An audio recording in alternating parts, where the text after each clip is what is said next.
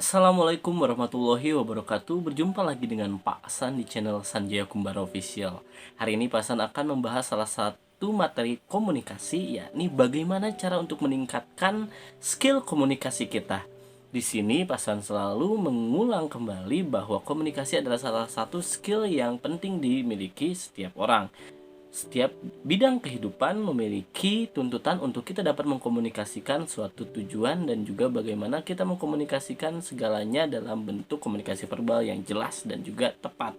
Di sini, komunikasi juga menuntut kita untuk dapat berkembang seiring waktu, tidak hanya dalam bentuk kedewasaan berkomunikasi, memilih bahasa, maupun skill-skill yang juga harus kita miliki ketika kita berkomunikasi.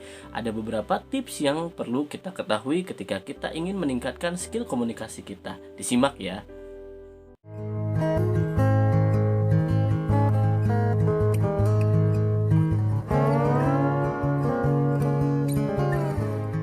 Yang pertama adalah lakukan kontak mata dengan lawan bicara.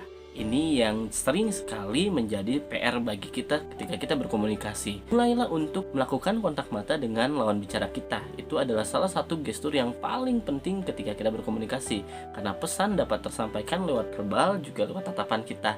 Antusiasme kita dalam suatu percakapan juga dapat dinilai dari bagaimana kita menatap dengan yakin dan juga pasti. Buka lebih lebar kedua mata kita dan berikan raut antusias dalam komunikasi yang sedang kita lakukan.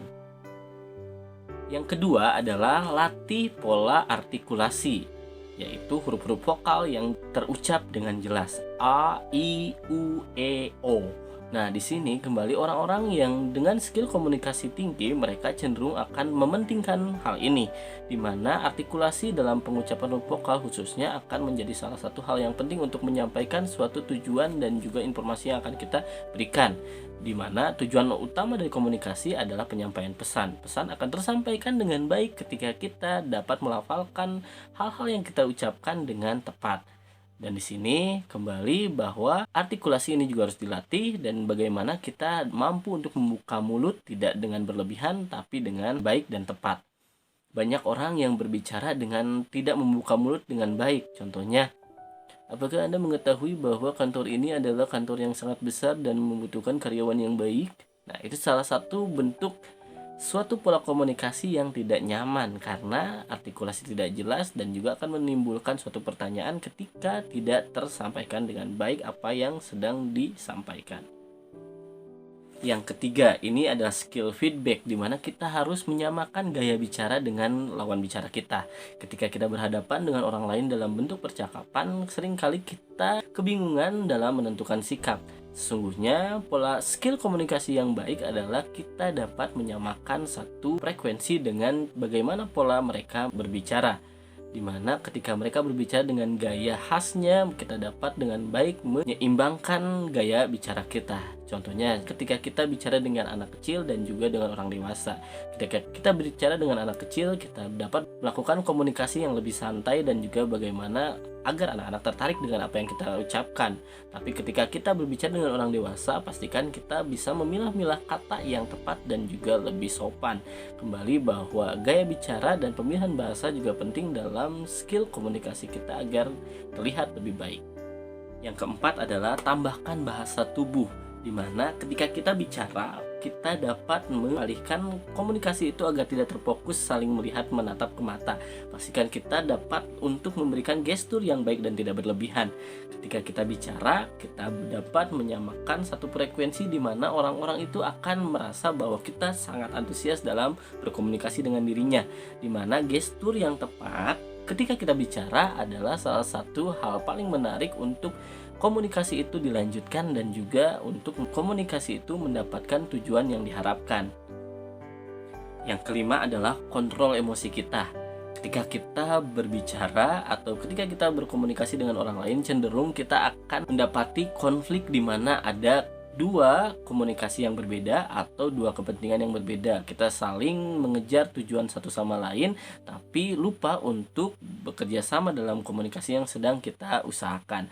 Di sini bahwa kita seringkali terbawa emosi untuk meluapkan apa yang ingin kita ucapkan tanpa menyadari bahwa lawan bicara kita tidak nyaman, atau kita tidak memberikan giliran kepada lawan bicara kita untuk bicara, sedangkan saat yang sama kita terus-menerus mengatakan atau mengucapkan juga menyampaikan hal-hal yang ingin kita sampaikan tanpa tahu bahwa ada gilirannya untuk orang lain menyampaikan pendapatnya atau feedback dari apa yang telah kita sampaikan.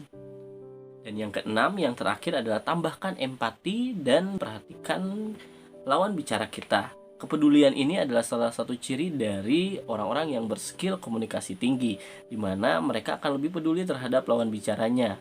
Biasanya dalam bentuk pertanyaan, ada yang perlu disampaikan, ada yang perlu ditambahkan, ada yang ingin diutarakan, dan lain hal. Ini adalah salah satu jenis skill komunikasi di mana kita sudah dapat mendelay. Delay dalam arti bahwa kita sudah dapat untuk menarik mundur komunikasi agar tetap nyaman untuk kedua belah pihak.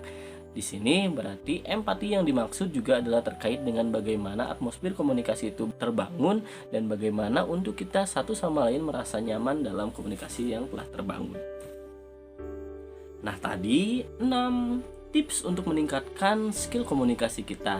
Baik dari itu, tidak hanya orang dewasa, saat ini anak-anak pun sudah mulai untuk belajar berkomunikasi di depan orang lain atau menyampaikan suatu informasi dengan baik terhadap orang lain.